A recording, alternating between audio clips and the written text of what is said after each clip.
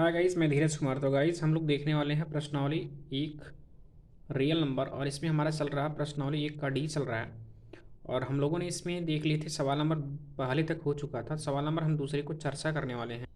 और सवाल नंबर दूसरे में ये कहा जा रहा है कि ऊपर दिए गए प्रश्नों या प्रश्न में उन परमेय संख्याओं के दशमलव प्रसार को लिखिए जो शांत है। तो गाइस मैंने पहला क्वेश्चन जब सॉल्व किया था तो पहले क्वेश्चन में जो जो या जो भी आपको शांत संख्या मिल रही थी वो केवल हमें दिखाना होगा कौन सी संख्या शांत है बस, और अशांत को नहीं दिखाना है। तो हम यहाँ पर ऐसे भी बता सकते हैं, आप लिख सकते हैं कि कौन संख्या शांत होगी। और अब मैं पहले वीडियो में आपको सॉल्व किया था तो आप उसमें समझ सकते हैं कौन से शांत और अशांत है, और शांत और अशांत को आपने अलग अलग दिखाया था।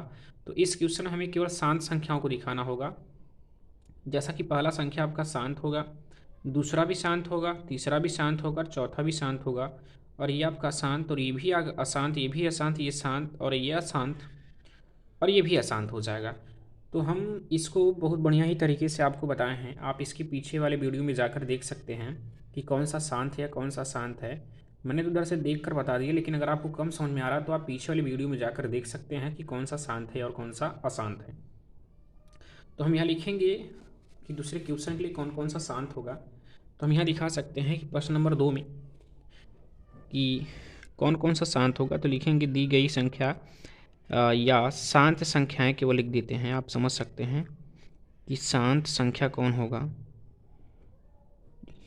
तो शांत संख्याएं यहाँ से पहला आपका होगा, पहला आपका 17/8 करके लिखा था, ये आपका शांत है। आप दिखा सकते हो ये शांत हो। उसके बाद दूसरा भी आपका शांत होगा, और दूसरा क्या लिखी जा रही, 15/1600, 15/1600 शांत होगा। और तीसरा देख सकते हैं ये भी आपका शांत होगा, दिया जा रहा है आपका 23/2 और गुणे, बीच में गुणा का चिन्ह छुपा हुआ है, 5/2। और सवाल नंबर चौथा भी आपका शांत होगा, 35/50 लिखा जा रहा है। और छठवां नहीं होगा, सातवां भी नहीं होगा, आठवां भी नहीं होगा, और आठवां होगा। आठवां आप देख सकते हैं लिखा जा रहा है क्या, 13/3125, जो कि इसका 5/5 गुणे 2 घाते आप 0 लिख करके दिखा सकते हैं, और 2 n × 5 के रूप में बन जाएगा। तो हम यहाँ देख सकते हैं कि पहला, दूसरा और तीसरा और चौथा, और इसके बाद आठवां, ये आपकी शांत संख्याएं बनाई जाएंगी। अब इसके बाद चर्चा करने वाले हैं गाइस हम लोग सवाल नंबर तीसरे को लेकर। सवाल नंबर तीसरे में कहा जा रहा है कि निम्नलिखित परमेय संख्याओं में से कौन सी संख्या शांत दशमलव के रूप में निरूपित की जा सकती है, कर सकते हैं।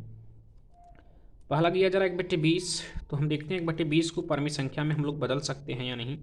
तो परमेय संख्या में बदलने के लिए हम यहाँ लिख सकते हैं कि क्वेश्चन नंबर तीसरे को 1/20 करके दिया जा रहा है। तो हम गाइज यहाँ से एक बार फिर समझते हैं कि किस प्रकार से आप शांत संख्याओं को दिखाएंगे। तो इनको दिखाने के लिए हम सबसे पहले परमेय संख्या जो कि P/Q के रूप में लिखा जा रहा है, और यहाँ Q की वैल्यू जो है 20 है। तो मैंने कहा है आप यहाँ से इनका खंड कर लीजिए तो आप समझ पाएंगे किसका किसका पावर बनेगा। तो 20 का खंड आप अलग करके समझ सकते हैं। 2 दहमा 20, 2 पंचे 10 और 5 एक्का 5। यहाँ लिख सकते हैं 2 × 2 × 5। और हम अंकगणित की आधारभूत प्रमेय के अनुसार अगर इनको लिखना चाहें तो लिख सकते हैं 2/2 × 5/1। और लिख सकते हैं यहाँ पर कि जहाँ दी गई परमेय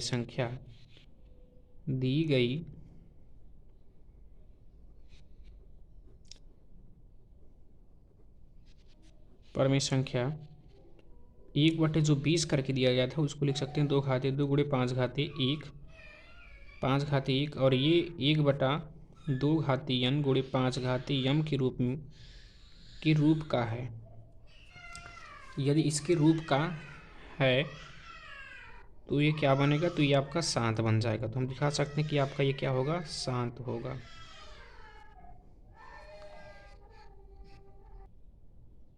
और इस प्रश्न में आप देख पा रहे हैं कि दूसरा वाला क्वेश्चन कहा जा रहा है 1/27 को भी दिखाना होगा। तो इनको भी आप P/Q के रूप लिख सकते हैं, और Q की जो वैल्यू होगी लिखी जा रही है आप देख पा रहे हैं 27। और 27 का खंड करेंगे 3 × 3 × 3 करके होगा, 3 × 3 = 9, 27 मिलता है। और इन्हें हम आधारभूत प्रमेय के अनुसार लिखना चाहें तो लिख सकते हैं 3/3 और देख पा रहे हैं न, तो 2 और 5 किसी का घात नहीं बन रहा है, तो क्लियर है कि आपका 1/27 क्या होगा गाइस। तो 1/27 आपका अशांत होगा। तो हम यहाँ समझ सकते हैं कि 1/27 क्या होगा, अशांत होगा। इसके बाद हम देख पा रहे हैं सवाल नंबर तीसरे में कहा जा रहा है 3/5 करके। और 3/5 को हम लिखा सकते हैं कि 3/5 को आप पहले P/Q में लिखना चाहेंगे, तो P/Q में लिखने के बाद, और मैंने कहा यहाँ से पहले Q का आप खंड करेंगे, तो Q का खंड करेंगे तो मिलेगा 5, और 5 का खंड केवल हम लिख सकते हैं 5/1 लिख सकते हैं। और यहाँ पर 5 घात 1 लिखने के बाद इसे 1 के स्थान पर लिख सकते हैं 2 घात 0। और देख पा रहे हैं कि आपका यन की वैल्यू 0 लिखी जा रही है, यम की वैल्यू क्या है, यम की वैल्यू 1 है, यानी 2 और 5 का घात बन जा रहा है, तो ये आपका शांत बनेगा। तो दिखा सकते हैं कि आपका ये क्या बनेगा गाइस, शांत होगा। सवाल नंबर चौथे में देखते हैं। चौथे में दिया जा रहा है 1/15 करके।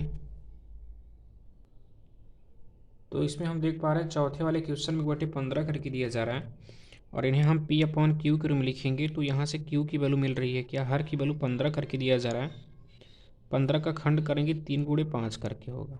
और चलिए गाइस, मैं यहाँ ×1 भी कर सकता हूँ, क्योंकि हमें 2 का भी घात बनाना है। तो हम लिख सकते हैं 3 × 5 गुणे हम 2 का घात 0 बना सकते हैं, और इनका घात, दोनों का घात क्या, 1 है। तो ये 2 और 5 की घात के अलावा किसी और संख्या का घात बन रहा है, तो ये क्लियर है कि आपका ये क्या बनेगा, अशांत बनेगा। तो दिखा सकते हैं कि दी गई परिमेय संख्या अशांत होगा, जो कि आप लिख पाएंगे अच्छी तरीके से। पहले मैंने आपको समझा दिया किस प्रकार से लिखना होगा, और यहाँ पर आप समझ सकते हैं कि कौन सा परिमेय होगा और कौन सा शांत होगा और कौन सा अशांत होगा। अब सवाल नंबर चौथे को देखने वाले हैं, जो कि सवाल नंबर चौथे में कहा जा रहा है कि, तो गाइस चौथे में ये कहा जा रहा है कि कड़ी में 3 - 5 और कड़ी में 5 है, और धन कड़ी में 3 है, कि प्रकृति ज्ञात कीजिए। तो हम इनको गुणनफल के द्वारा, जो कि यहाँ पर गुणनफल भी लिखा हुआ है, तो गाइस मैंने यहाँ पर गुणनफल नहीं लिखा है, तो आप समझ सकते हैं, आपके पास बुक होगा, और लिखा जा रहा है कि गुणनफल की प्रकृति हमें ज्ञात करनी है। तो हम यहाँ पर इनको इस प्रकार से सॉल्व कर सकते हैं कि कड़ी में 3 और माइनस कड़ी में 5 दी जा रही है, और इन्हें हम लिख सकते हैं कि गुणा करना है तो हम गुणा का चिन्ह लगा सकते हैं, और इन्हें हम पहले कड़ी में 3 भी लिखेंगे, कोई दिक्कत नहीं, क्योंकि दोनों धनात्मक हैं, और कड़ी में यहाँ 5 कर सकते हैं। तो इनको गुणा करने का एक तरीका सिंपल होगा गाइस, जो कि हम अलजेब्रिक का एक फार्मूला पढ़ते होंगे, एक कोष्टक में a+b और एक कोष्टक में a - b होता है, तो उनको हम लिख सकते हैं a² - b²। और हमारे इस फार्मूले की सहायता से देख पा रहे हैं कि यही क्वेश्चन, जो क्वेश्चन दिया जा रहा है फार्मूले से रिलेटेड है, या आप इसे ए समझ सकते हैं और ये बी, a - b और a-b, यानी ए कोष्टक में +b कोष्टक में -b बन रहा है, तो हम इन्हें a² - b² लिख सकते हैं। और a की वैल्यू क्या है, √3 है, तो √3 का स्क्वायर माइनस b, और b की वैल्यू क्या, √5 है, तो √5 का होल स्क्वायर कर सकते हैं। और समझते हैं कि स्क्वायर से रूट कैंसिल हो जाएगा, ये भी स्क्वायर से रूट कैंसिल हो जाएगा, और यहाँ पर मिलेगा क्या, 3 - 5 मिलेगा।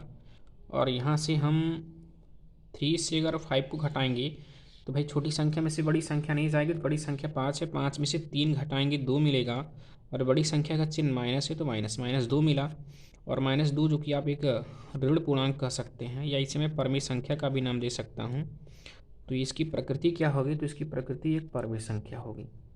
तो गाइज़, हम इस वीडियो में सवाल नंबर 4 तक ही देखते हैं, और उसके बाद फिर हम